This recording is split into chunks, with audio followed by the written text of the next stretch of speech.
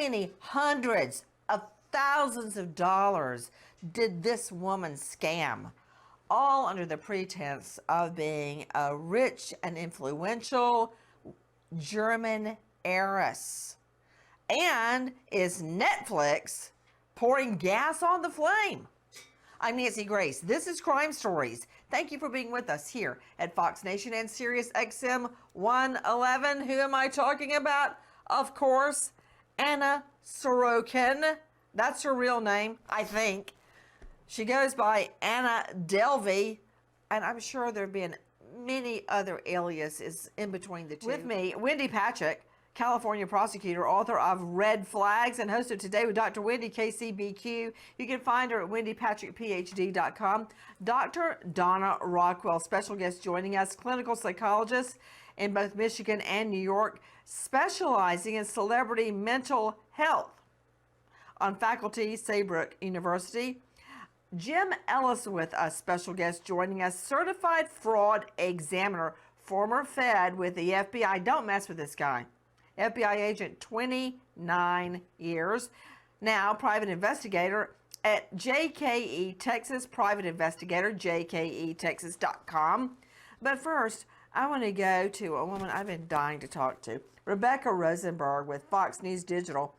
She's a crime reporter and author of a fantastic book, At Any Cost. I mean, Jim Ellis, you're the certified fraud examiner, former FBI agent, 29 years, for Pete's sake.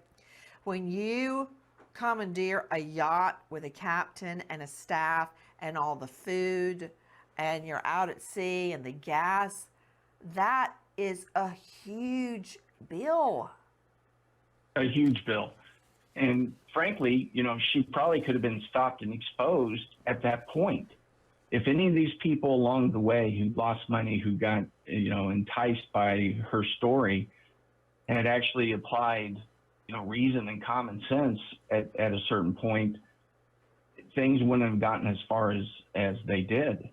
Oh, absolutely. I mean, in her heart, Anna Sorokin is a con. And she basically just cares about herself, and she doesn't care what's left in her wake. And I've seen this through my career, both as an FBI agent and as a private investigator.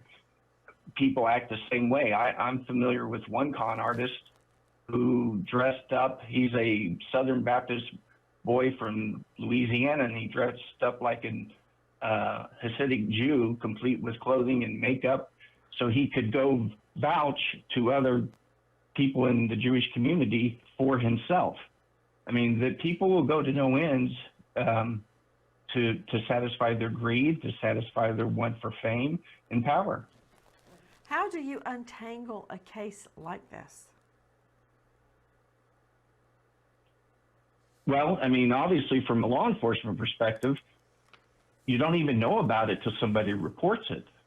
I think the one thing that the Netflix show did a good job of, even if it partly is fictionalized, is the dogged work of the investigative reporter. Oh, yeah. You can only tell so much online. You have to get out there and talk to people and get actual documents, and that's the only way to untangle the deceit that the con puts up.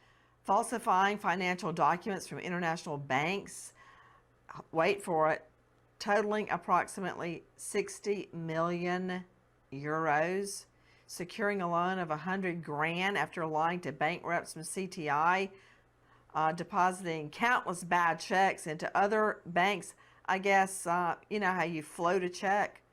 You deposit a check, you withdraw the funds, and then you try to shore it up from another bad account so that won't fall through, and then another. You basically play rope-a-dope on banks. That was totaling nearly $80,000. That doesn't include the money she conned off her friends, never paying them back. Theft of services, almost $500,000. I mean, that's a lot of money, Jim. Oh, absolutely. It's a lot of money. And you mentioned earlier, you weren't sure how she ever worked hard. She worked hard in preparing all these fraudulent documents. and passing all those bogus checks and coming up with stories that were plausible but yet not too specific. The life of a con is hard work. And they do it for the power, they do it for the money, they do it for the fame. I think she saw the banks as her potential savior. You know, you think of like Elizabeth Holmes with Theranos.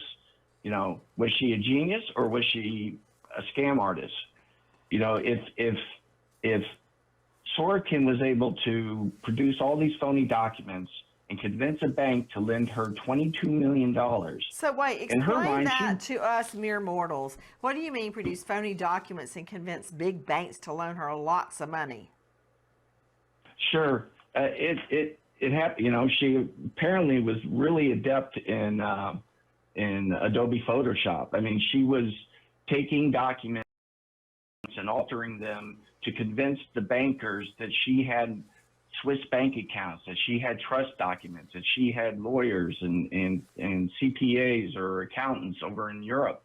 And it was going, at least to a certain extent, probably till it hit the underwriting department, the people in the back of the office who make sure all the boxes are checked. It was painting a picture of her, of exactly who she was claiming to be.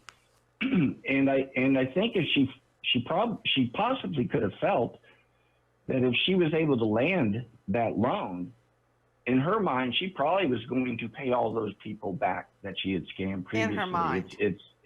In her mind, and she may have, we don't know. She's kicking the can down the road. She's getting her next victim. And when it comes time to pay them back, she'll worry about that later.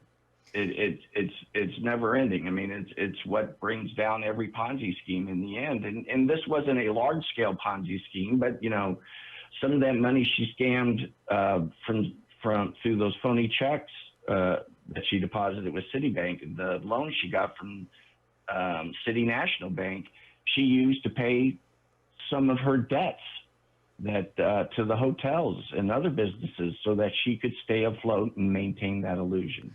Well, Jim Ellis, I guess what you're saying is she would pay back the hotels to the extent that she could get them to allow her to stay there for even longer. I mean, what does it mean to kite a check? Well, to kite a check, and it's a lot harder nowadays than it used to be, because the float, which is the time that a check is deposited into one bank and actually clears in the originating bank, it's so much shorter. But you basically take a check and you present it to a bank that you know is worthless, or it may appear it has funds, but by the time that check is presented for payment to the originating bank, and I'm sorry, this is probably very, very technical, there aren't any funds available. And from what I read, she submitted $160,000 worth of fraudulent checks, and she was able to get $70,000 in cash out of it. That's actually a really good turnaround on the scam. Ellis, certified fraud examiner, now with his own firm, jketexas.com. Jim, shopaholics or people that get a thrill out of buying things. I think Anna Sorokin, aka Anna Delvey, got a thrill of some sort of this fake life she was leading. Do you think someone like her can turn over a new leaf? Or is this just who she is? Well, that's a good question. I mean, I always hope that... I didn't say what you hope, Jim Ellis. You've investigated so many con guys. What do you think? They don't stop. I mean, as you pointed out, she immediately got back on social media, and I agree with Dr. Rockwell that it was for the endorphin rush of getting that hit, of getting that fame and putting out that projection. But I think it's also a certain aspect out of that is rebuilding her stature so that she can now see where she can get her next meal ticket from. I saw in preparing for today that she's having, contact with Julia Fox, who used to be with Kanye West, and she's saying that they may have a project in the works. I wonder what that could be. But who in their right mind would want to work with somebody that just got out of prison for defrauding hundreds of thousands of dollars from the people she was closest to? It Well, just you doesn't know make what? I sense. may have an answer.